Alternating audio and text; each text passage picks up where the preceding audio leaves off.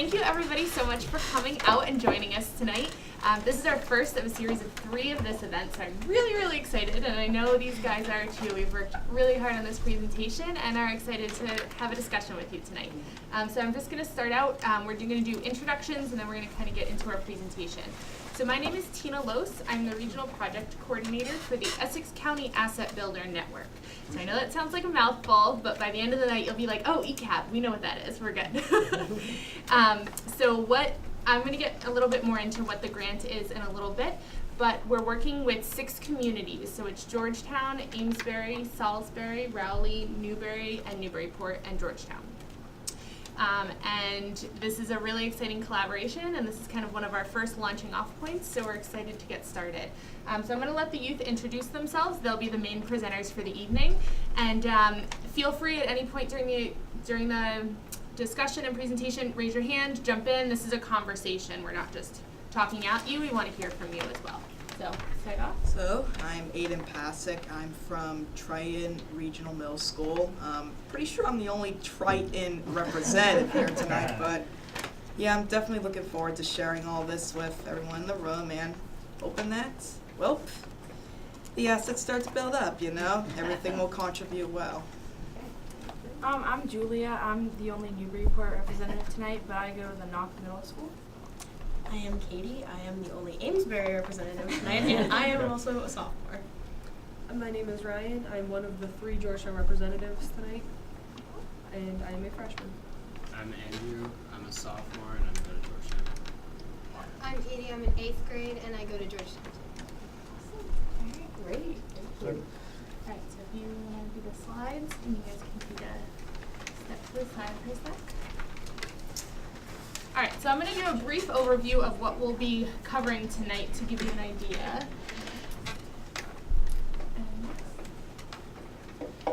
So the first thing we're going to talk about is what is the Essex County Asset Builder Network. Then we're going to go into a little bit more about what are the 40 developmental assets and help us break that down a little bit. 40 seems like a lot of anything to kind of talk about, so we're going to kind of categorize it and break it down. Then we're going to talk about the survey results from the survey that the youth did this past fall, which is the main purpose of what we're coming here to discuss tonight. And like I said, we really want this to be an open discussion with everybody. So you're going to be discussing with your tables. We're going to have larger group discussions. And what we say here is kind of going to be what we're leaving with to work with. So we want any idea, crazy ideas, big ideas. You know, don't think, oh, well, what about the money, or what about, you know, the people? Let's think big, and we'll figure out the logistics later. All right. So like I mentioned, that's 6 communities that are falling under this grant and partnering together. So these 6, so it's Newbury, Newburyport, Salisbury, Amesbury, Georgetown, and Rowley, which encompass 4 school districts. And so let's talk about our vision for a second, and this is what the mission and vision for the Asset Builder Network is. It's a network of communities that welcome, value, and empower youth through meaningful opportunities and collaborative efforts to support and strengthen youth assets and increase healthy decision making. And we're going to learn a lot tonight. When you leave, you're going to really see that connection between assets and healthy decision making and why the assets are so important. These are some of our community partners. So we're working with school districts. We have all the police agencies on board. We're working with the YWCA, the YMCA, the Pettingill House, people who are working for risk and substance use prevention. Anna Jake's Hospital is on board, and the city committees. So we're continually expanding. This grant started in July. So we're about 1 year off the ground, and we're looking to kind of keep building and building and make this something that everybody recognizes the name of as we go forward. So we're going to be talking a lot about the assets, but I just want to take a step back for a second and look at the bigger picture. So what all of this falls under is something called positive youth development. And what that means is we're taking a new perspective to how we look at youth and how we want to work with youth as adults and community members. So typically what you hear is that, you know, oh, youth are a problem, or those are some youth who are at risk, or, oh, well, the schools work with the youth, so we'll let the schools, you know, help the kids, or, you know, what have you.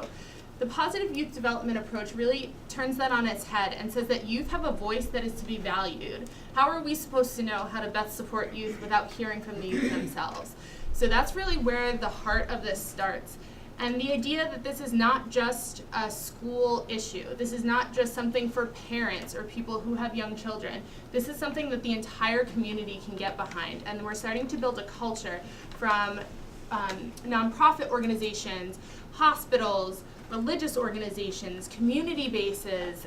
You know, everybody has a piece to play, and we're going to kind of look in tonight a little bit more about what that looks like and how we can all do our part to be supporting the youth in our communities. All right, so I'm going to go turn it over to our youth, Julia, to get us started here. So what are some of the things that youth need internally and externally to lead healthy lives? If you could just take a minute to talk to the people at your table about this, about what you think the answer is.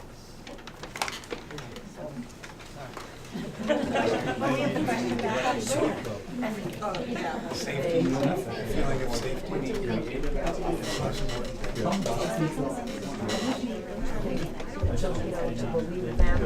Does anybody want to share their ideas? Okay. Right. Yeah. Youth want to know that their voice is important. They want to be recognized. Yes, that's true. We want to know that the community values us. That's one of the aspects. Anybody else? Enough creative activities for different kinds of people. That's true. We want everybody to be able to do a creative activity. Did anybody else have any other ideas? Family support. You know, you want to know that your family's always going to be there for you. That's a great one. And that they believe in you. Yes. No matter exactly. what. Yeah. So positive role models? Mm-hmm. Maybe a place to gather or come together. That's true. We do want that. Resources, to know where your resources are and how to get to them. A mutual respect among students. Yeah. I say community too, the word community. Yeah.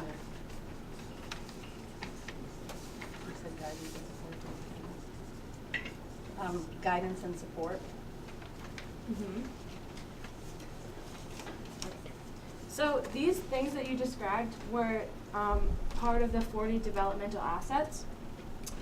And we're going to go over what assets are right now, but the assets are broken up into two categories, internal and external.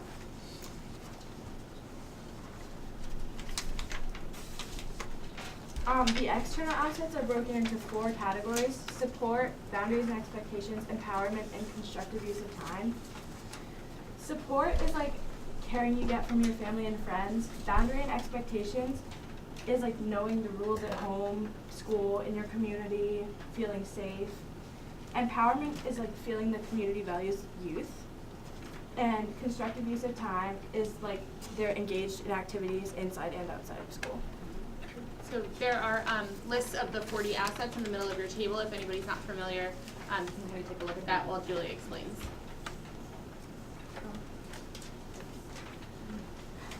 The internal assets also have 4 categories: positive identity, which is like having self-esteem or a sense of purpose; positive values, which is caring, integrity, responsibility, things like that; commitment to learning, bonding to school, achievement for motivation; and social competencies, which is planning, decision-making, interpersonal competence.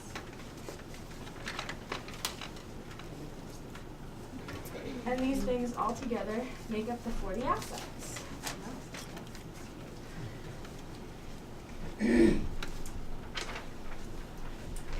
Alright, so why are assets important?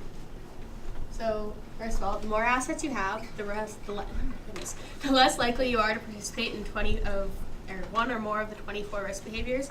And high risk behaviors include anything from not wearing a helmet when you bike to gambling or doing drugs or drinking alcohol. So they're very versatile, and they can often be some things that are considered just regular things for teenagers to do when they're being angsty. Alright, so this chart simply shows that the more assets you have, the less likely you are to participate in any of the 24 risk behaviors.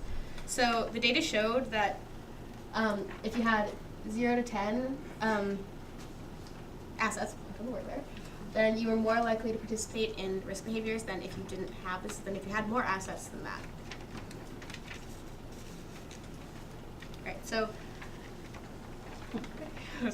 alright, again, risk behaviors are things such as alcohol, drugs, violence, gambling, depression, and even things such as school problems. So like if you're not doing well in school, so like your grades are dropping.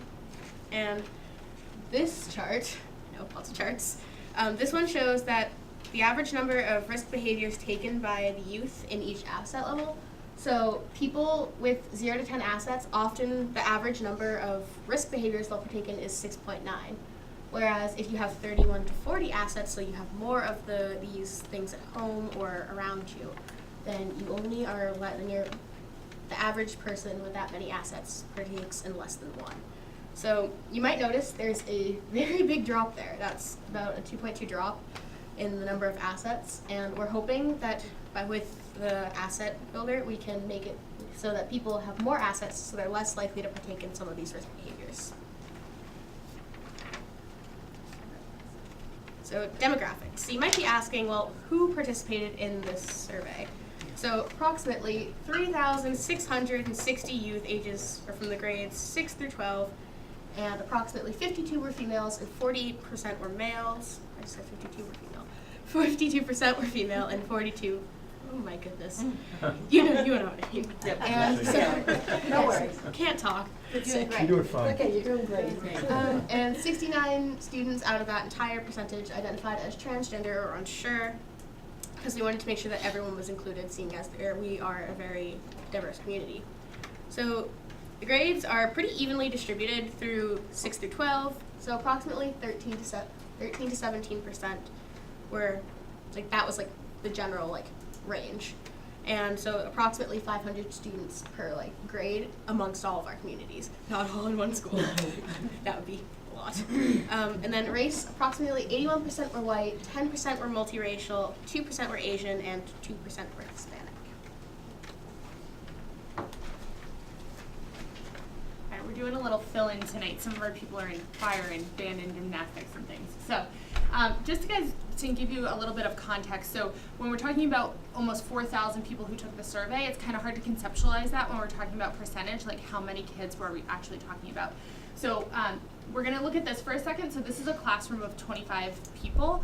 So when we talk about having 15%, if you can click it, 15% of students, we're talking about 4 kids in a classroom of 25 students. So it's kind of just giving you some perspective. So if you click it again, if we're talking about 50% of students, that's 13 out of the 25.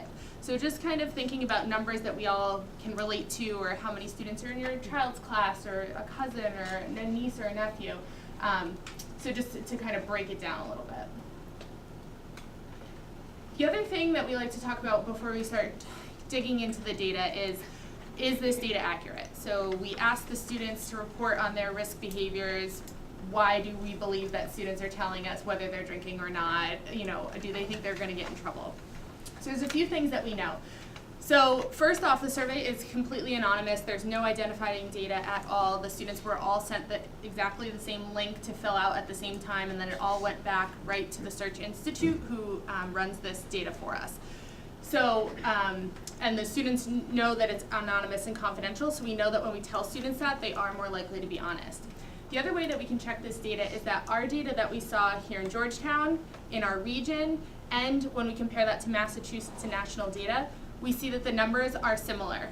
We're seeing similar trends. So even within our data, when we're looking at Georgetown or Newbury or Raleigh, everybody's numbers are within 5% of each other. So all the students would have had to get in all together and say like, oh, let's all lie and not tell anybody about this, right? So we kind of know that we're talking about the same thing. The other piece is that the Search Institute, when they get the data, they go through and clean it. And what that means is that they're looking for response patterns that might indicate that a student wasn't taking the survey seriously. So we see that if a student skipped 40 or more questions in a row, that survey was eliminated. And also if you're seeing a response pattern like always drinks alcohol, always smokes cigarettes, always never comes to school, always fights with my parents, we're seeing that's called a response pattern, and those responses are also eliminated. So to give you an idea, for our regional sample, there was about 12% of the students of the surveys that were eliminated, and that's actually a little bit lower than the average for this survey, which is about 15 to 20%. So we know that our data is accurate. All right. Oops, okay, hold on. Oh. This is what happens when you don't know fully what you're doing. Please ignore that. Please ignore that. Please ignore that. This was a last minute thing. Hello again, long time no see. Alright, so we're gonna do a little kind of a game, honestly. So it's called Guess the Percentages, and Oh, okay, thank you. So when you're, oh my goodness, again, I'm so sorry. So talk amongst your tables and ask about which category does the majority of youth from our region fall in. So A would be, do you think the majority has 10 to 20? 0 to 10 assets. Do you think majority has 11 to 20 assets, or 21 to 30 assets, or 31 to 40 assets? So you guys can talk amongst your table, and then we'll do like a little follow again.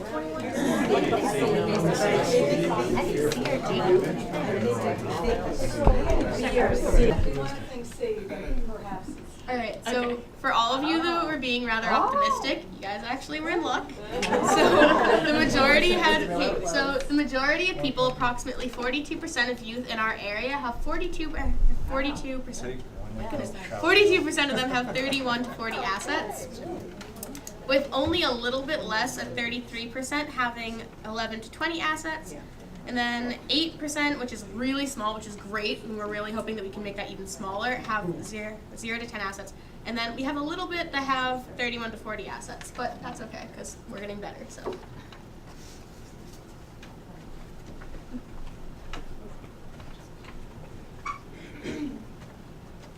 Alright, so external assets are assets that the kids have in their environment. More than 50% of students have the following assets. The most common one is family support at 84%, positive peer influence at 78%, youth programs at 74%.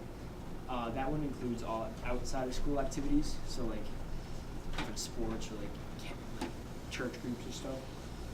School boundaries at 65%, and then time at home is 61%.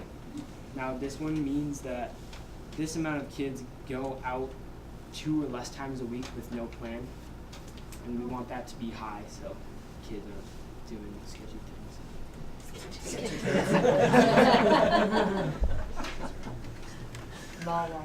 Alright, so internal assets are like the kids' behaviors and like how they think and what they have. These over 50 are achievement and motivation at 80%, and positive view of personal future at 76%. High positive values that they have include equality and social justice at 72%, integrity at 77%, honesty at 75%, and responsibility at 75% as well. What do you guys think this means? And like, does any surprise you? Or, like, talk about yourselves. Positive view of personal future. I mean, you're at a point where you don't know kids like to kind of think what direction more you're going to go. optimistic of themselves. No, that's good. Yeah, it is good. Kudos That's to all great. of us. Yes. Well, I'm very glad that a lot of students here understand that they can really do great, wonderful things. They can have very bright futures. For sure. Whatever path they choose, whether it's college, whether it's the military, there are many ways to make a real difference and contribution to society, and makes me very happy that the students seem to have a grasp of that. They understand that they're powerful. They're powerful.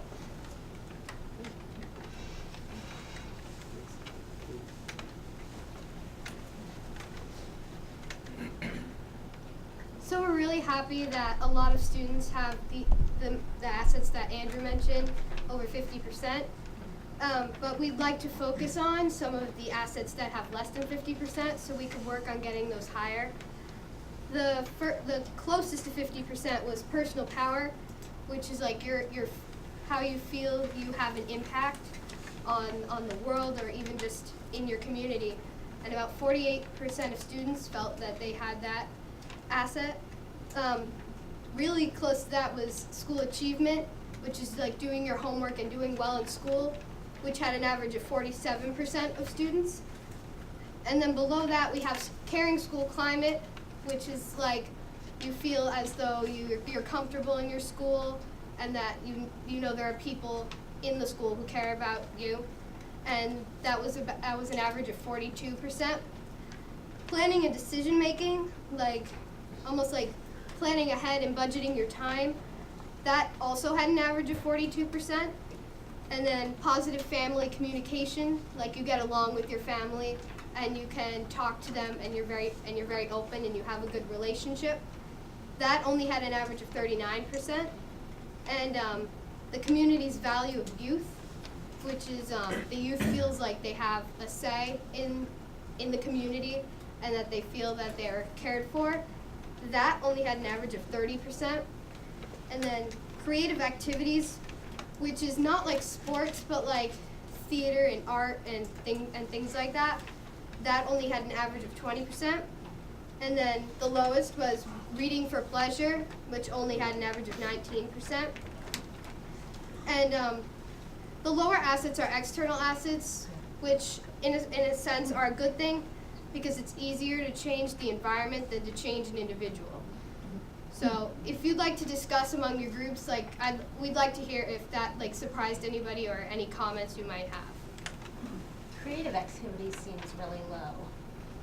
I think in these 5 communities. I think on the survey it was a little unclear as to exactly what could be defined as a creative activity, because youth programs had a higher percentage. Yeah, so I'll jump in here for a second too. So when we're talking about creative activities, we're talking about those outlets that allow for like creative expression, right? So we're talking about like art or drawing or poetry or something like that. Whereas most of the youth do, as Katie mentioned, have a youth program. So that's anything like to sports, clubs, activities, in school, out of school. That's kind of where the big one hits. But I think that this is important too because we're talking about, you know, when we're talking about mental health or anxiety or depression, sometimes a lot of those artistic kind of skills do help. So I think that is, as Katie pointed out, something we should look into. Does anybody else have any comments? I'm surprised you all don't read for pleasure. I like reading. I'm reading. I was going to say, I can verify as the librarian, she definitely reads.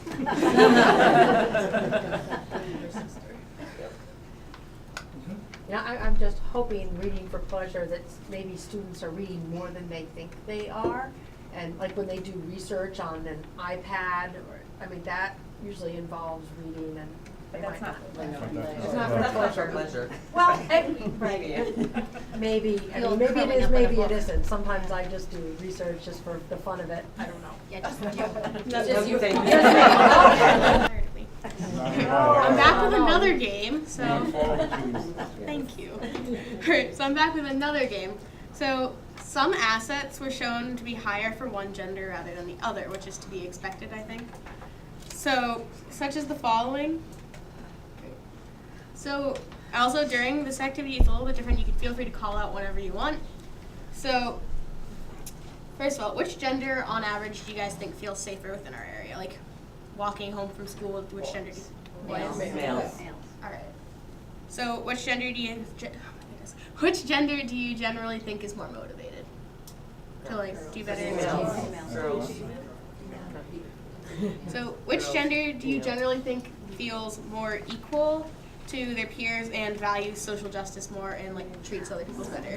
Male. Well, Oh, I would say female. I think females might be. So that one's sort of mixed.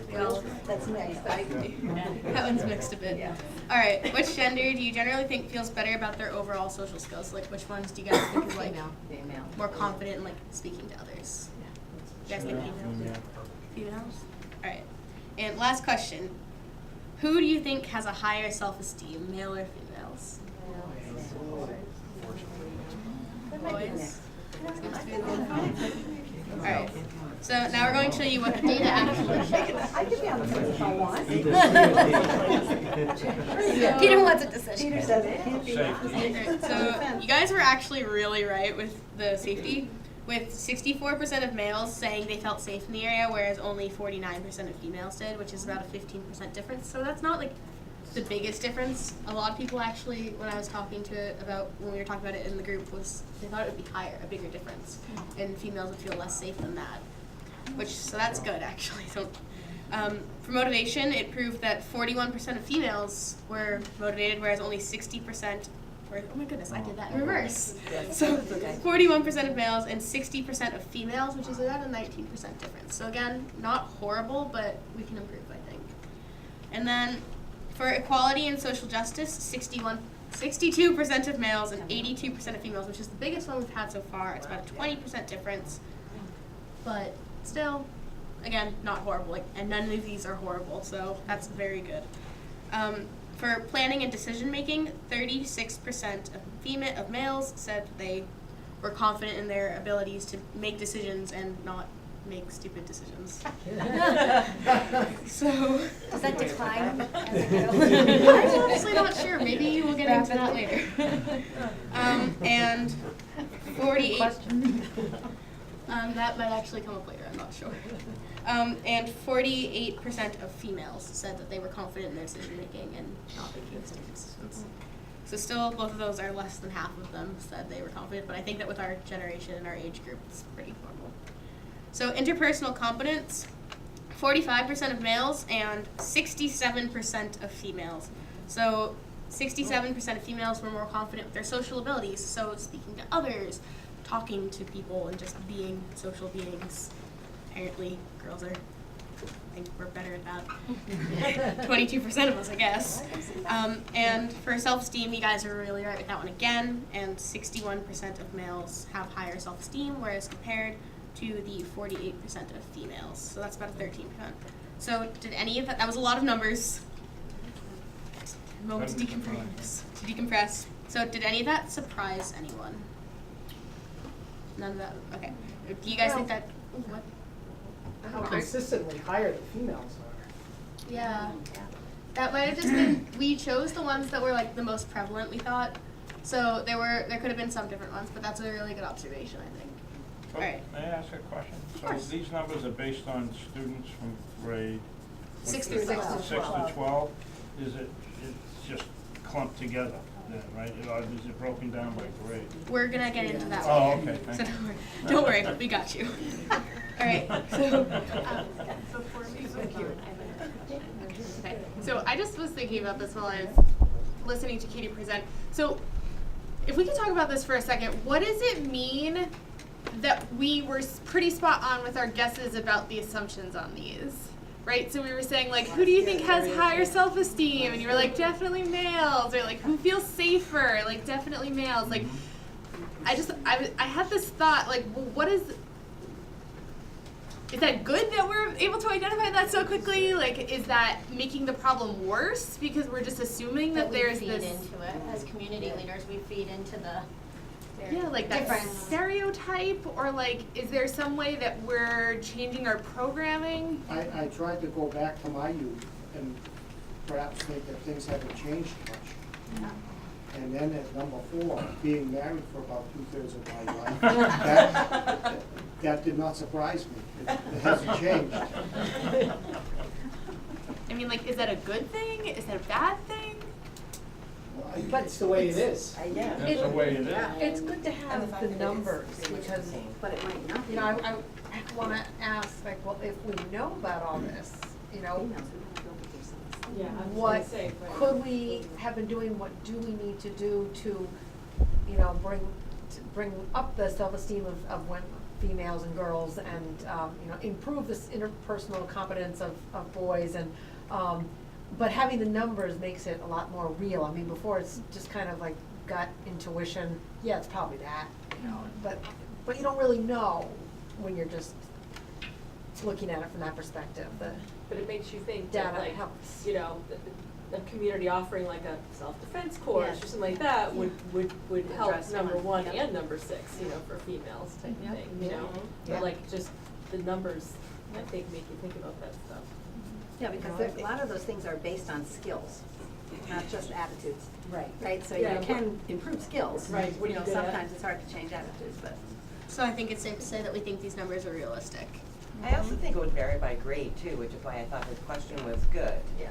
Because if you're talking about a 6th grader versus a 12th grader, I imagine that some of these numbers might be different. Alright, so should we get into grades then? Right. Sure, I'd Sure. like to. That was a good segue. Great segue. You're a plant. Actually, he was.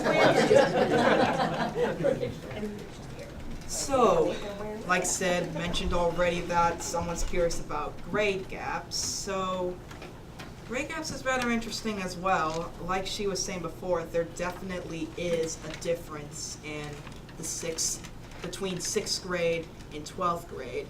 For instance,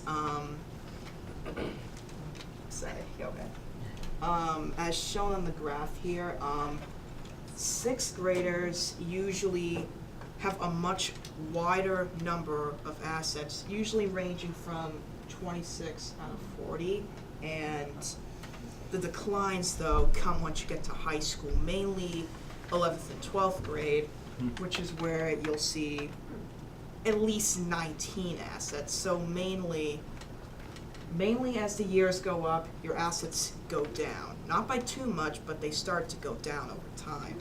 And this is important because, as we mentioned before, when you have higher assets, you have less risk behaviors. So this overall concept here explains that the decline in assets, like less than 20, can be a major issue over the ones that are over 20, which are not, most of them mainly just, it decreases as you go up. So to start off, there's decreasing assets, and there are a lot of assets that decreased.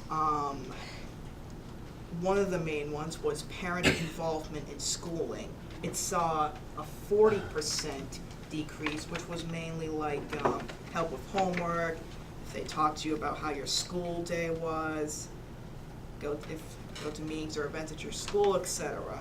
And positive peer influence. This is also the same as the other one. It also has a 40% decrease, and this is of among those who consider you to be closest friends.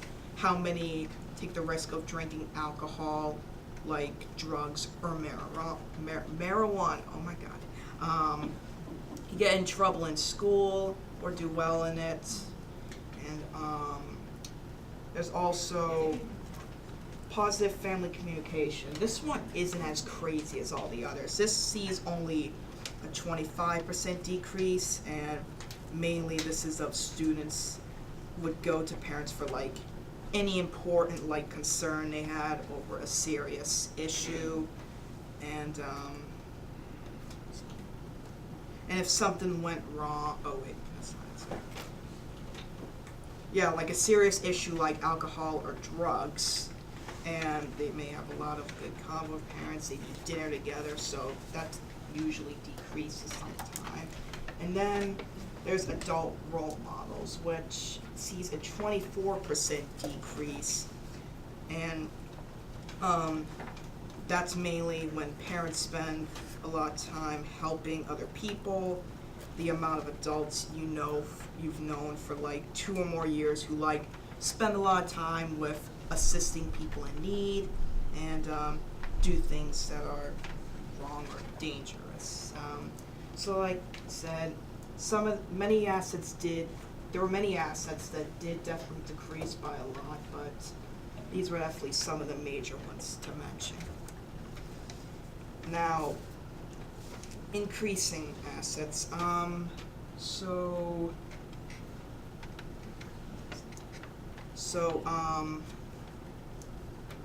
No, I said the slide back, so left now. I'm So, assets. okay, so hold on, before I move on to increasing assets, I'm gonna ask you guys a question, see if you let's take a chance at it. Do you think any assets stay the same if they increase? So I'll give you guys a moment to figure that out and see what you guys think. So ask the question again one time. Do you think that any assets remain the same? Like, do they not change as much, or do you think all assets Like change? some of the. Oh, some might increase, some Yeah. might decrease. Right, right. Some will stay the same. Like, do you think any assets would? Would stay the same. Yeah, or do you think they all change in a significant way? Yeah. What about safety? More independence. The older they get, the more independence they have, the more. Commitment to learning might The fact that kids Right, want to we be hope part of the those adult who were population, low are and they see strong. the adult population. So things like. Well, I mean, that makes sense, so the adults, so as your kids get older, you're kind of more hands-off, and they start to go, you know, so you kind of think that they're being independent, right? They're around their peers more, and they want to have less interaction with the others, right? So you have the sense of like, okay, they're growing up. All right, so. Like my youngest son, he used to talk to me about things, and now he's got a lot of friends, he goes out with the friends, and yeah, it really is fun. Other assets in his life still there? That's the question. Right? They're really into Yeah. Maybe the parent wants that the family asset. All right, so does everybody have an answer that they think? All right, so who in the room here thinks that all assets change significantly and never have a small change or barely change at all? I think it depends. I'll go on the limb and say all. Who thinks some of them, like, who thinks some of them, I feel like I just asked both, like, at the same time. So I already said, so, okay, let me just repeat this. So, who thinks the assets always change significantly? Every single one. Okay? How about achievement motivation? Would that stay fairly steady? Achievement motivation, that's an interesting one. I'm not sure. I'll have to find out in a sec. Okay, now then who thinks they barely change? That some of them barely change? Yeah. Some of them There barely might be change. a I think some barely change. Before there was probably some. Okay, let's see how it came out. We just go to the results. So, We're failing. to a surprise, there were actually some that literally see quite a small change. For one, there's safety. It only sees a 19% increase, which of course is good. Right. And that's mainly like if you're safe around your neighborhood, your school, and yeah, if you're safe around where you are, all the environment you're in. So it increases as kids grow older, is that what is that? Yeah. And youth programs. This one doesn't really change as much. So if I had to say between everyone who like thought of which, like if they changed much or not, it was definitely in the middle for a lot of them. So youth programs only see a 4% increase, which, as you could expect, is not really a big amount, and that's mainly with there's a really small increase of program availability as the years go on, and there's kind of like a lack of more opportunity. I mean, there are more opportunities, it's just they don't really increase by too much, so yeah, so that's mainly a lack of having too much more youth programs. And now, service to others, this is a really interesting one. This one practically sees no change overall. This one literally sees a 0% change, which to a lot of us is definitely pretty shocking. That's surprising.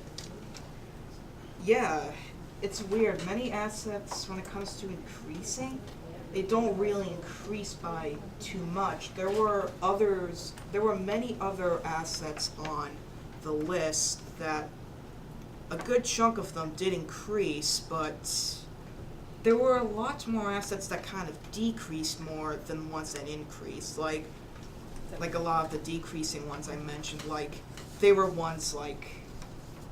literally ones that were like over 40%, and these ones are like hardly even over 20%, nearly half the amount. So there's always a lot more amount of decreasing assets as the years go on, and assets that increase, there's not really much of a significant change when it comes to that. So yeah, does that surprise anyone? Does anyone want to say anything about this? So the service to others, that means from 6th grade through 12th grade, that asset didn't increase at all? Yeah, there was absolutely no change to it. It just stayed where it was. That's interesting with community service that's what I was requirements thinking. in high school. But I don't know if every, in the 5 area, this is data for the region, right? 4,000 kids. Yeah, so, I don't In just. 5 regions. So, from the presenters, do you have a community service requirement in your school? I know Georgetown does, yeah.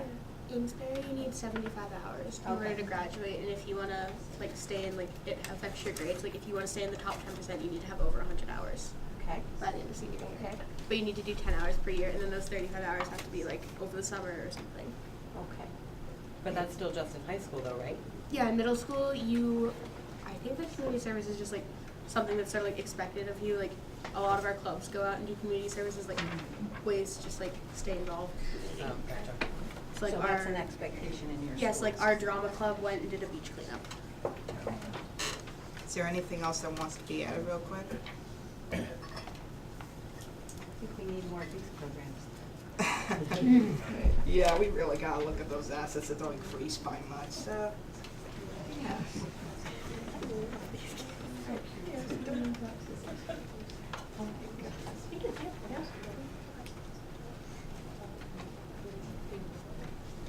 Hello. Hello. Hi. So,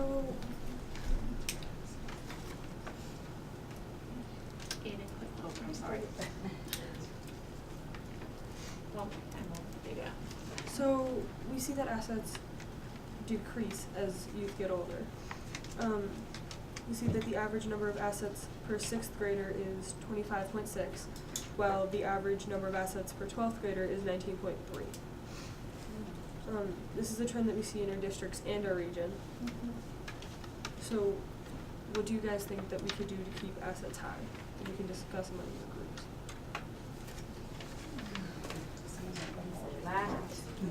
That's the issue. Called an action plan. That is the person, yes. That is definitely what we're doing. And there's different groups that will be able to. I wonder if I know. I mean, like the schools did come up with their own action plan, but the community. I'm curious as to of the 45 to 19 stores, those are extra assets that are decreasing? I don't know what it is. I know it is because as you get older, place less value on some of the assets. You want more concern. I would say some of those. For some reason, they're not falling. I would pass it. Some of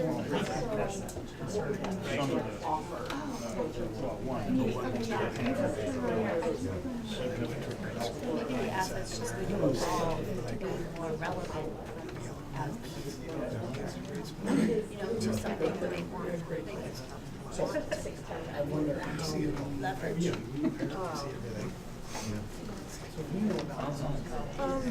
So if you can wrap up your discussions, does anyone have anything they'd like to share on what we can do? I had a question as to whether the assets that decrease are more often the external assets or the internal assets that decrease. We felt that was an important distinction. That is a good distinction. I don't have the data in front of me right now, but there are internal and external assets that both decrease.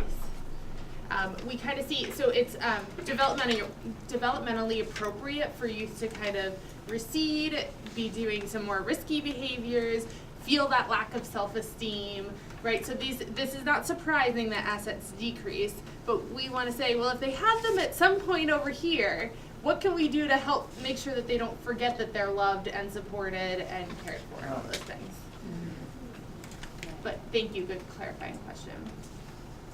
Is it the assets that go, is it the thought that the assets have gone away, or that the assets haven't changed, that they've still, the infrastructure's still there, it's just maybe they're not evolving with the youth as they grow older, so they're not relevant any longer? Yep, so I think So, you have 'cause two you're good 12th points there. grade, you know, you're not feeling as important to sit down at dinner, or, you know, you have other things pulling you. The 12-year-old's gonna feel more nurtured than the 18-year-old, Right. just from where they are. Right, that's a key piece. So there's two pieces, right? So it's what the youth feel, right? The parent could be doing everything that they possibly know to make this child feel supported. And if the youth doesn't perceive that, or is perceiving the caring and loving as annoyance and, you know, whatever, which we all have been there, right? It doesn't really help. So the key that we have to learn, and I think, I don't know, Pam, if you want to mention at the end, we're doing a training next week on this exact thing, is how do you continue to build support for your youth when they are getting older? So those same techniques that you were using when they were in 6th grade and 5th grade of, you know, let me help you with your homework and let's all go to the band concert and this is so great, might not work so well when, you know, do you guys agree with this? Yeah. Right? And feel free to jump in too.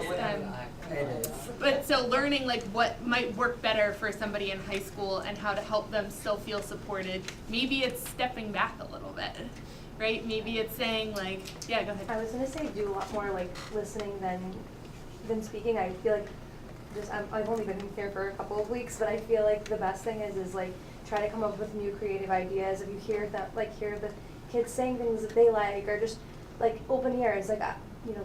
I walk around a lot of the time and I hear people talking and I listen, and then I try my best to like, you know, try to join in or try to do things that might make them happy. Like a few of the girls I told earlier expressed to me that they had heard that I played lacrosse, so they were excited about it, and I was like, oh yeah, you know what? I'll go to one of your games, and then I went. So it's kind of like open, like big ear, small mouth, like listening as much as you can, and then saying a lot less, like almost more actions and words, basically. I think.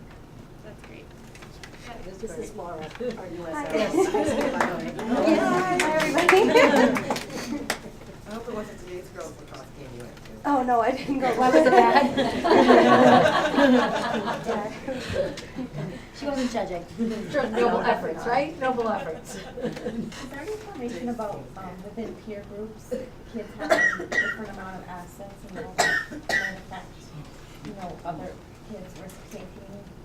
So when you're talking about peer groups, what do you mean? So if kids, you know, friends together and you know, say one, you know, some of the friends in the group might have, you know, a high amount of assets and others might have a low amount, and, you know, does that have an effect on the other kids' risk taking, or do kids kind of usually act on with the amount of assets that they have, like do kids group together by asset level, basically? Yeah, You're asking. and if they're not grouped together that way, do they tend to act on, you know, the assets, act on the assets that they have? Right.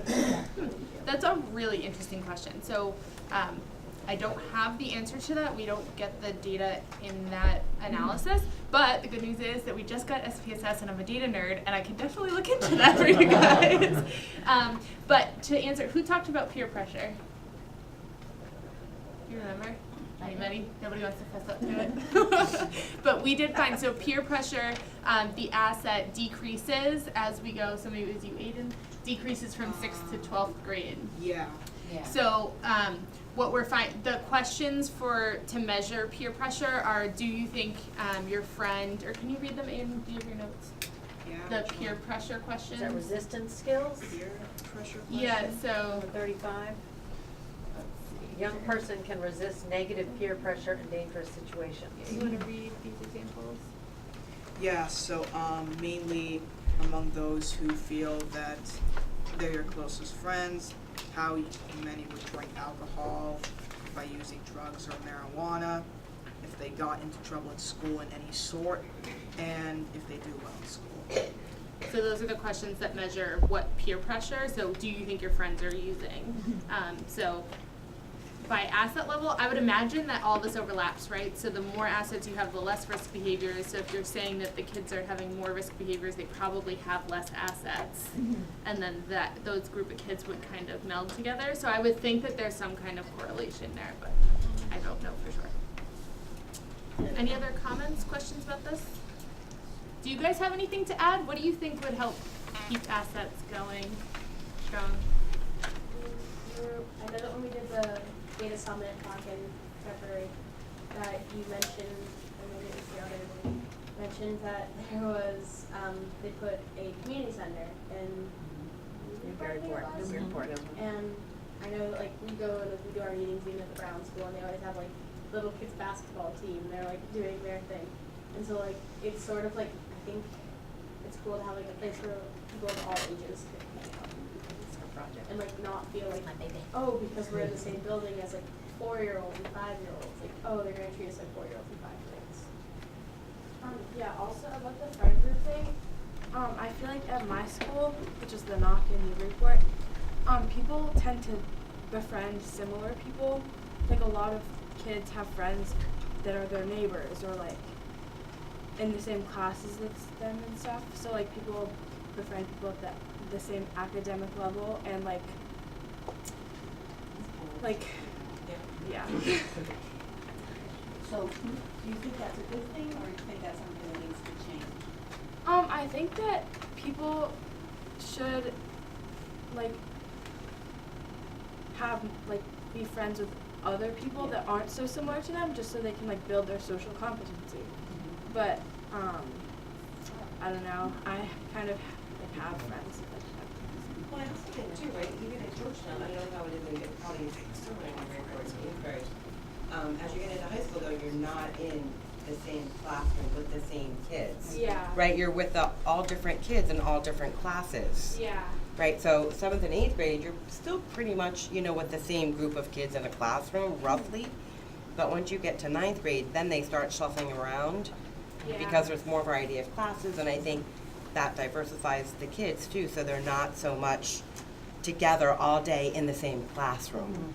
But they might still be in the same sports together, but at least they're getting exposure to other kids, and maybe they're not making new friends because of this. Maybe that's kind of part of it, I think that's what you're trying to say. Yeah. Come over here. Okay. We're group discussing now. Go ahead, Katie. So, like, I know another thing that is great is we have 2 separate elementary schools. So from sometimes pre-K to 4th grade, I moved here in 7th grade, so like, but they were in 2 separate schools, so it was like each school had like 100 kids per grade, and then we mushed together in middle school. And then, so like, we were combining with new kids then, and like, it's like split the 2 kids from the different towns, and we even still have like a little feud. But they're like, oh, Cashman's better. Oh, no, AES is better. Everyone knows Cashman's better, just saying. But then we get up to high school, and a lot of kids will go off to private school, so we lose a lot of like kids who, some kids lose their friends, which that happens no matter what. But we also, at that point, we combine with Southampton from New Hampshire, and that only brings in like 2 or 3 kids because they're a very tiny little town. Like, they make like Georgetown and Amesbury look ginormous. So, like, we meet them, and then at that point, we'll often make new friends.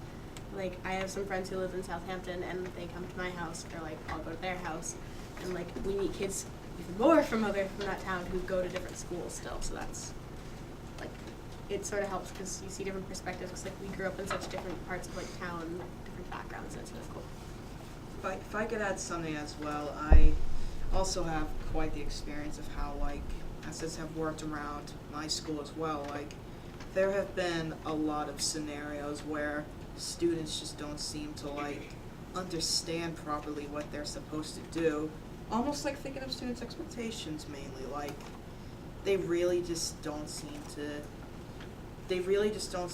understand what they're doing, and that's where the assets come in, like how I mentioned before, that between 6th and 12th grade, there's a huge decrease in the amount of assets that you have, and that could also be due to more maturity, because as you become more mature, I mean, for one, when you do become more mature, things do lighten up a bit, but On the other end of the spectrum, there's also the fact that high school can be pretty difficult for most people because that's kind of where you're reaching the peak of like, what do you want to do with your life? How are you going to fulfill it? It is not going to be, it's not an easy step once you get that high up. You're climbing all these steps and many of them are just pulling you down because it's getting too hard. These decreasing assets are what's causing, and the thing is that if we want to fix this situation, then I feel like one thing that needs to be fixed is that, I don't know if this is going to be mentioned in the presentation, but we may talk about motivation on this. We might. I'm not sure if it's on here, but I'm pretty sure something about it is on here, but like motivation's definitely big because motivation's like the key factor. So I don't want to try and take on too much because I could be spoiling a lot of things that are up next on the presentation, but just to get a central idea, there's a lot of things that can definitely help with assets and definitely got to step up and find a way to solve it.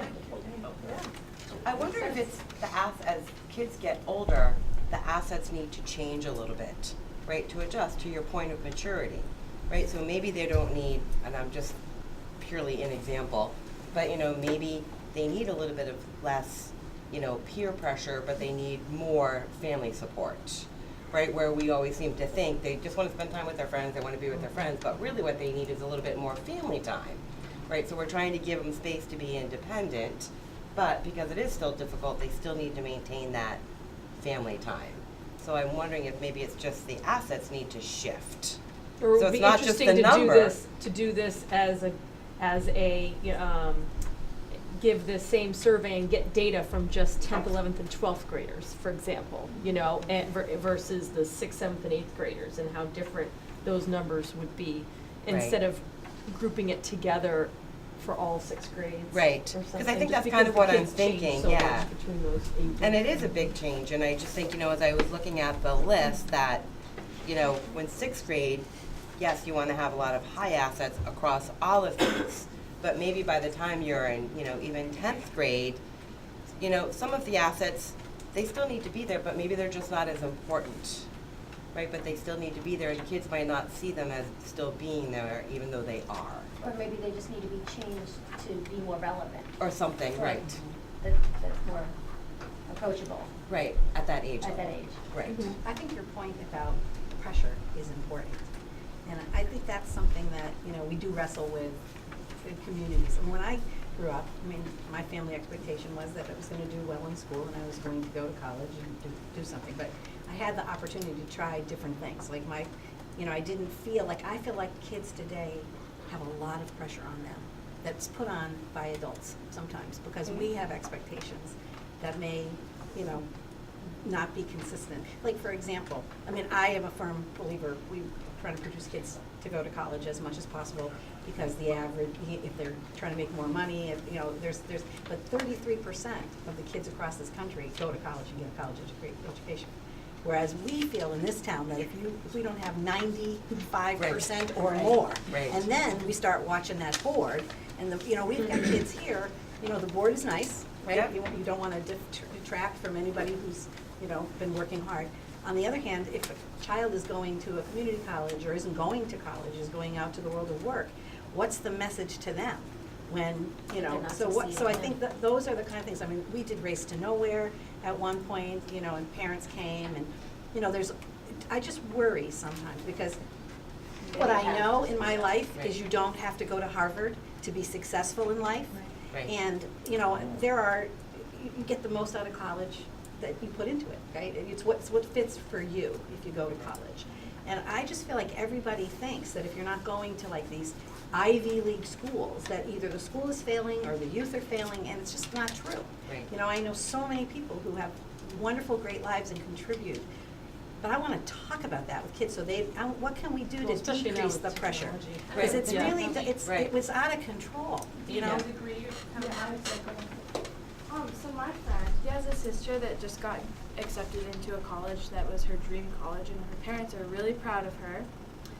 But their son, they've just been kind of like giving less positive attention to their son and being like, oh, well, you should like get accepted to a similar college, or like, oh, she's gonna be so successful, like you haven't even graduated yet, but you should like try to apply yourself even more to get accepted into a college like that. And I also think that that is very important.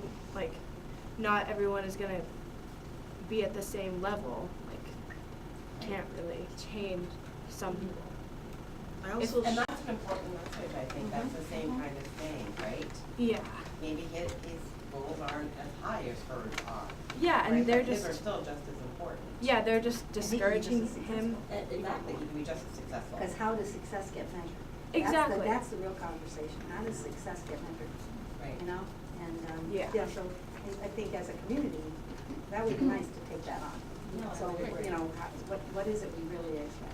Yeah, I was just, when I think about the students I work with that are the most stressed out and pressured, not all, but a lot of them, when I talk to their parents, they say, I don't know where this comes from because it's not coming from us. What can you help de-stress them? Because we're not pushing them at home to be like this. Yeah. And I don't know, and I want them to not be like this. So maybe that's a question for the students, and a lot of you aren't at 11th and 12th grade, but I'm sure you're still feeling it, that a lot of it, they're saying it's not coming from home necessarily. There's like this pressure internal from other peers, maybe. Yeah, I think that even if your parents aren't like flat out saying they want you to do something, like I always felt a lot of pressure because both of my parents have their doctorates. My mom's a psychologist, my dad's an electrical engineer. So like both my parents are really so like. But then, like, my sister initially, when we were younger, I always remember her saying, I'm going to be a lawyer. And now she's at Endicott for elementary education. She wants to be a second grade teacher. So, like, my parents even more so are like, well, back when I was in school. And I'm always like, oh. And, like, my parents, I mean, even, like, back to both my grandfathers, they're both engineers, too. So, like, I'll be talking to them, and they're always like, I wish one of our grandkids would go into engineering, and I'm the youngest. And you're the last hope. I am, but fortunately for them, I want to go into engineering. So, fortunately, but I always felt a lot of pressure to like do really well in math, so like my dad would be happy. But like he never flat out said it, and I knew he'd be proud of me no matter what. I think it's a lot of like subconscious pressure that we put on ourselves to be like our parents, because we see our parents as role models oftentimes. I think we have to talk about social media when we talk about pressure, though. Oh yeah. I mean, we can't eliminate that because these kids are on their phones looking at Instagram and how, oh, it's spring break, everybody's in Florida, and I'm home.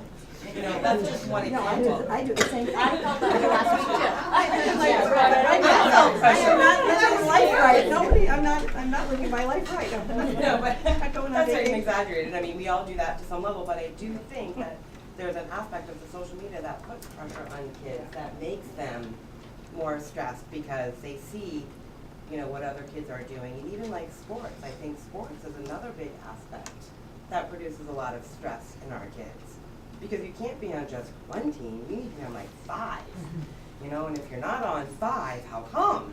You know, you're not going to be anywhere if you're not on 5 teams. You know what I mean? So I think that adds to their stress, you know, on top of whatever the other aspects are. So these are all really great points. I love where this discussion's going. I know Ryan has a couple more points that we want to get through. So no, this is great. The discussion's great. That's what we want. We just kind of want to make sure we get to all the points so we can kind of get some ideas, and then we're going to do a quick evaluation at the end too. So Brian, why don't you take off and do your next slide. So youth who have 20 or more assets have better outcomes. You can see this from the chart. We see a significant difference in the number of risk behaviors, where youth with 11 to 20 assets demonstrate 4 risky behaviors on average, while 21 to 30 demonstrate only 1 to 2, and you can see that 31 to 40 is not even 1. So we want to build assets for all youth, no matter what the starting point, so everyone is at less of a risk and more likely to thrive. So how do you think we can increase assets for all youth so more have over 20 assets? we were just talking a lot about the negatives and what all the bad things are that are affecting kids. Let's kind of flip that on its head a little bit. Yeah. And so, also, you can think about what are some assets that we're already trying to build, and how can we expand these programs, and you can discuss among your groups.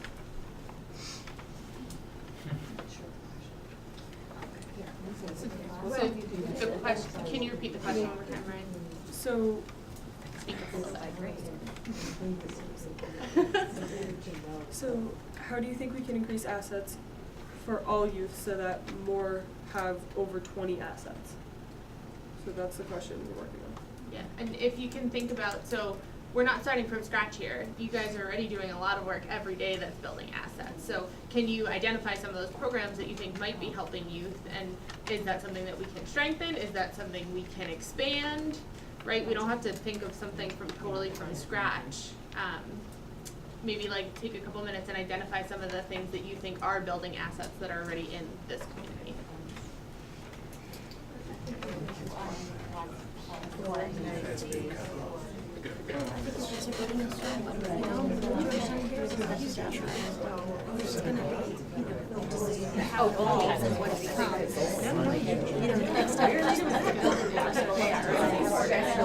Started the groundwork, so.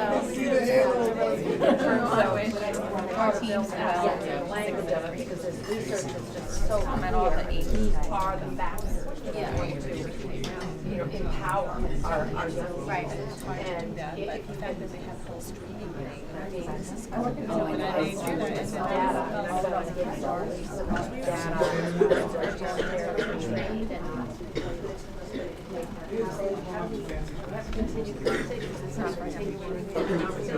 how do we strengthen what we have is really strong, but how do we also shore up the hill where we're lacking? I mean, the schools, I see a lot of cultural content, and that's something they're building success, diversity, inclusion, helping students of all grades. I mean, I saw it in Margaret's pages, she does the CARES report, and acceptance is her theme for the month. Right. Very clear terms, exactly what exactly how that Does that carry over to the middle high school? When do those conversations, but do those conversations, do the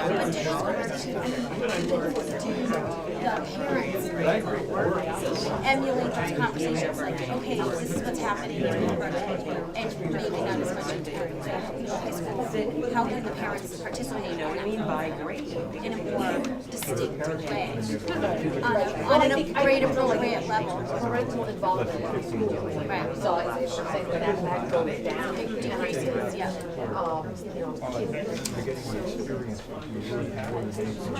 really not about the hours.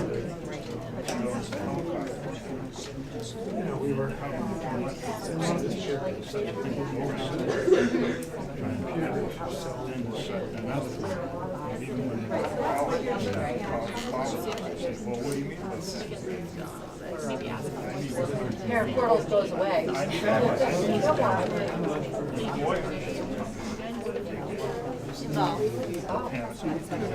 So what are we doing that we can increase and what we can? Well, it's like, yeah, and that's what we're going to, I think that's very conversation to have next week at the parent training. We want to make So if you can finish up the but how do we conversation. make age appropriate? Right. How do we make it, it's going to change what is appropriate. So we're gonna come back. When you get off. Yeah, absolutely. Okay. Great. This Thursday?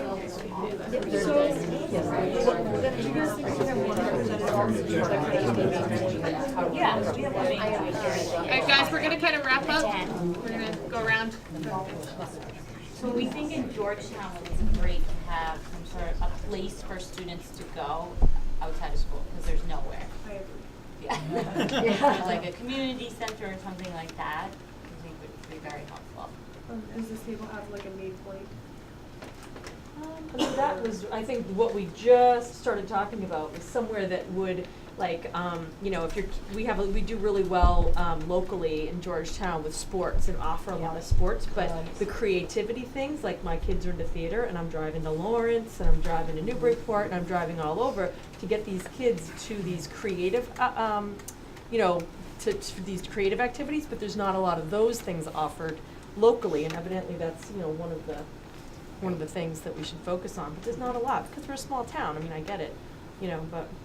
Or focusing, you know, on kids' internal assets and offering them programs that helps them, so if they're into theater or art or history or whatever, maybe, you know, there's all kinds of opportunities that we can sort of reach out and